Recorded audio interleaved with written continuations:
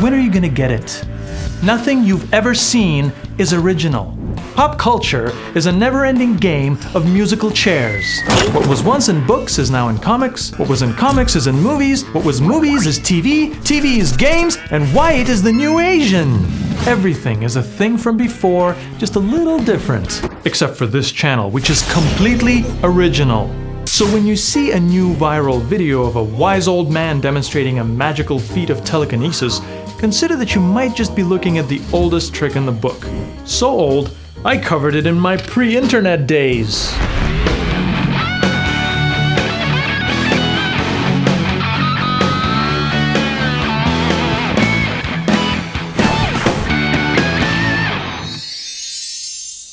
Invisible thread is an extremely thin nylon filament and a delicious way to wow up your conjuring to the next level.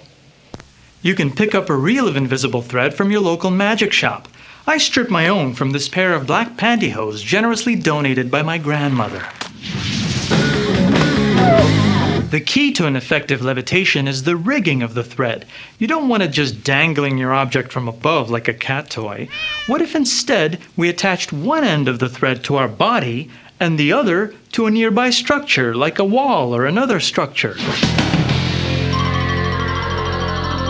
Allow me to shoelace straight.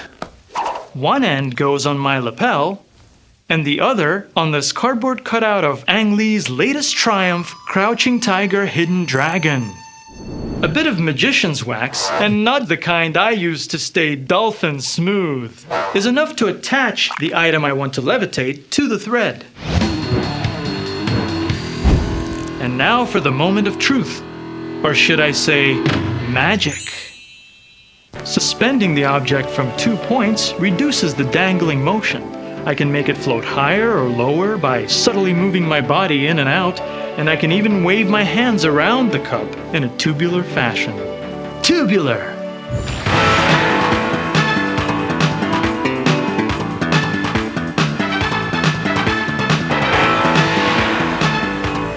Alas, the age of magic trick training tapes is long over. Today we care about real-world, unscripted human drama. Like a guy about to be hit by a train getting heroically rescued by a rail worker in this brand new video. It's mute, it's choppy, and it's a terrible composite of a train with no shadow, but whether or not it's fake, at least it's new, right? Well, let me tell you a story about a young man, a student in the art of cinematographic storytelling at the turn of the century, the 21st century. In exchange for a degree of questionable legitimacy from a college that no longer exists, he directed a supernaturally themed short film about troubled teens channeling their frustrations into writing in a special class. At the climax of the story, the evil bad guy is gruesomely dispatched by a train. Spoiler alert. The young filmmaker's effort earned him and his crew the coveted Best Thesis Film trophy at his school. It was made of acrylic, didn't have his name on it, and it would be the only award he'd receive for the next 15 years, until a subsidiary of a search engine company would send him a plaque, also without his real name on it. But it inflated his ego enough to think that his friends would enjoy a special edition of his college film, a version with director's commentary, behind-the-scenes footage, and breakdowns of his groundbreaking visual effects. Thankfully, his cartoonish arrogance back then will save me a little bit of editing work today. First, a static shot is composed and the camera is locked off securely. The human action is filmed safely without a train. Then, all the actors and crew vacate the area, and the passing of a real train is captured at the same angle. The two shots are timed against each other to depict a near miss or a hit, and composited together as seamlessly as the rototools, patience, and talent allow. Of course, it's the little things that make a shot special.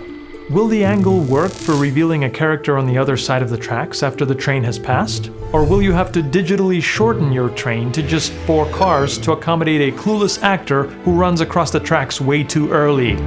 Will this visual effect be viewed in the context of a dramatic scene in a well-written narrative that only a handful of people will ever see?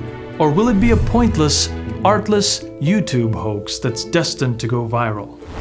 In other words, Is it better to fail in originality than to succeed in imitation?